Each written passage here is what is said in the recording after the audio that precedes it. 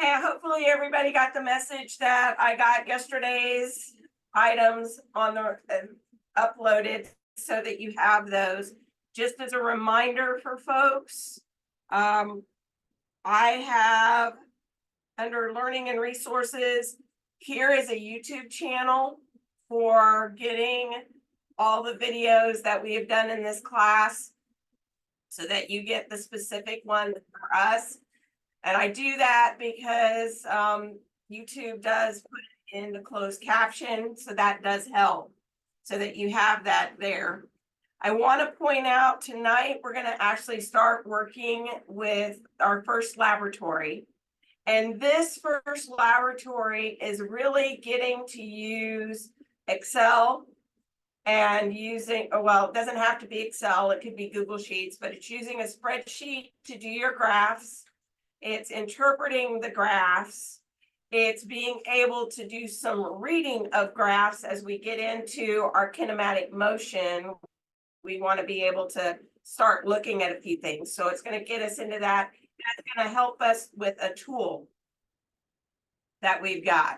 So in your access to the book and learning resources, you have some laboratory resources and you have the video analysis tool, and we will be using this tool. You also have a folder here for helps with working in Excel. And even if it's in Excel or in Google Sheets, most spreadsheets work about the same way.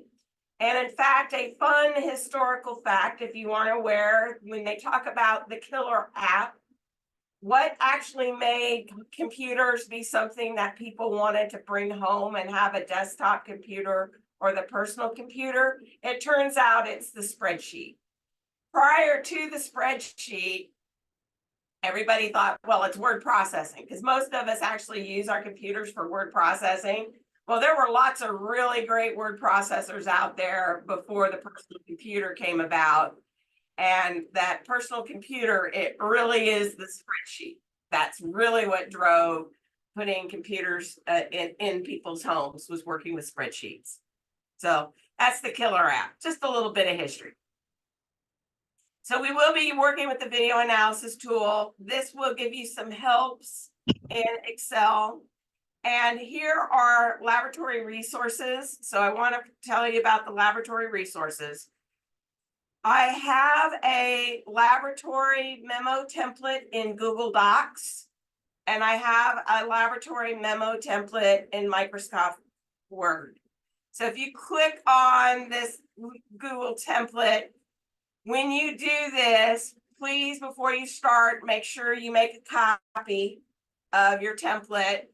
I want to make sure that you have the right to from your name, and you've got the memorandum in here. And anytime somebody gives you a template, one of the things that you need to know about templates are they're supposed to be guides. So a lot of this information that's right here is about what I'm expecting to see in that section of the document. So you're going to be able to see that section and get those pieces in there. So I don't necessarily expect to see these paragraphs in your document. So you have a laboratory template. I do expect to see references. I am not particular about the format of your reference. I don't care if it's APA style. I don't care if it's MLA style. I don't care what it is, but I do want to see references. And I will actually, as we go through the semester, show you examples of good references, but I really want to make sure that you guys are referencing everything. The reason being is usually when I'm teaching this class, I'm getting people as freshmen and sophomores. Some of you are juniors and seniors getting ready for your MCATs, but you understand that referencing material is really critical in the scientific world. In fact, one of the things that got the president of Harvard was not referencing her own material.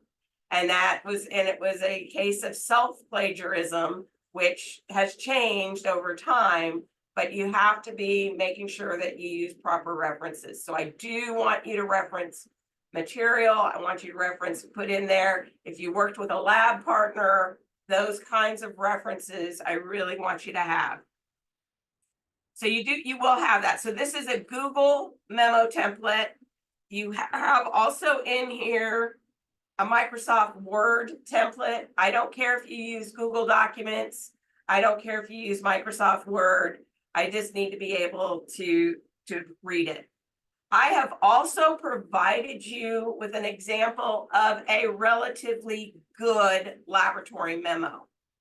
So, and this one I have also done, it's for the first lab. So as in our first lab, there's several things that you're going to have to do for this first lab.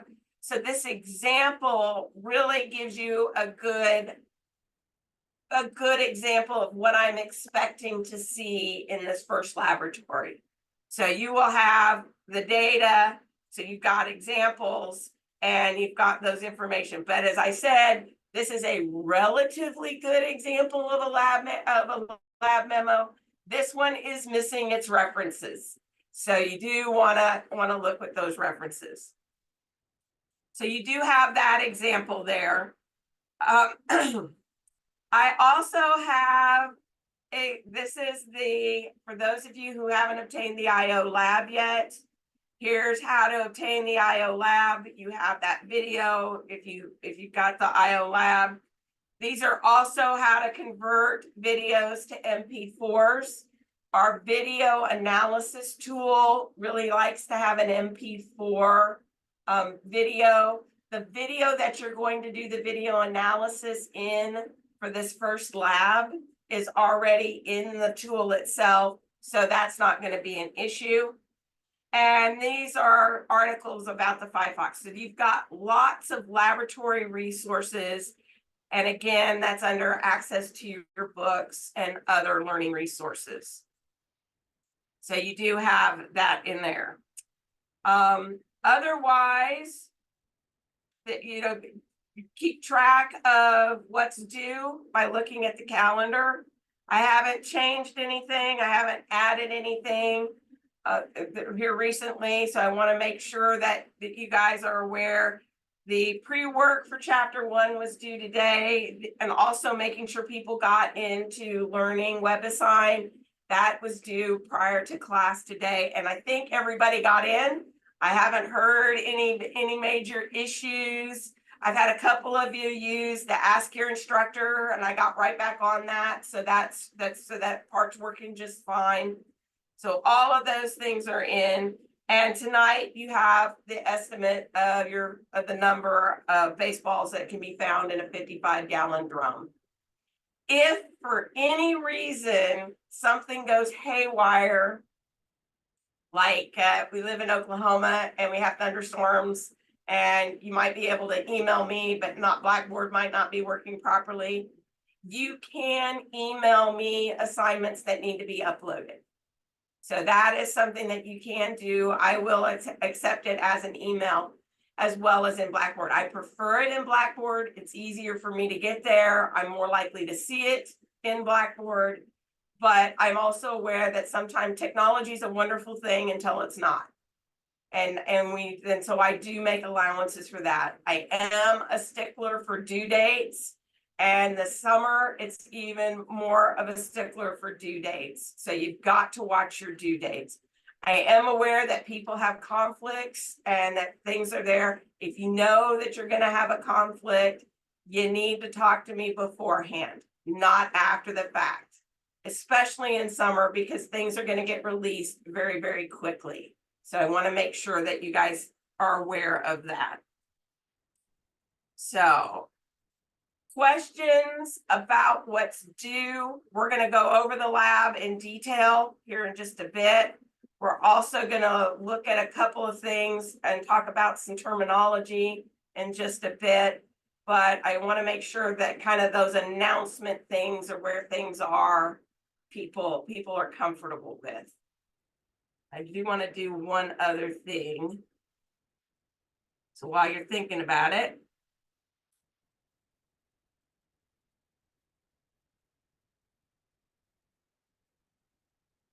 and you can always use the chat as well. So I'm going to open up just a blank document here. And I'm going to point out a few things that really will help you out. If you aren't already aware of this, this is in Microsoft Word. Google has some of these features, but Microsoft Word has quite a bit. Under references, if you aren't aware of that, you do have a place where you can insert citations, and you can actually insert citations based upon a common citation reference format. A lot of people use MLA. A lot of people use APA. A lot of scientific work will use IEEE. I am not caring about that, but you can use that as a guide for references. Chicago references work very, very well, and you can utilize that part of the tool to get there. If you are wanting to do equations and symbols, here are your equation and symbols tools on the ribbon for Microsoft Word. And that's up here under the insert. So you can actually type in equations into your documents. They have a lot of built-in ones, like there's your quadratic formula. There's inserting new equations. You can utilize this. And believe me, there are 1,000 great good YouTubes on how to insert equations. And then here's your symbol, your symbol input. So you can use your symbols. Sometimes they don't translate well, and I'm aware of that, but that's not my bigger issue. But I just kind of wanted to show you where those tools are in Microsoft Word to help you out with your laboratories. Okay, questions?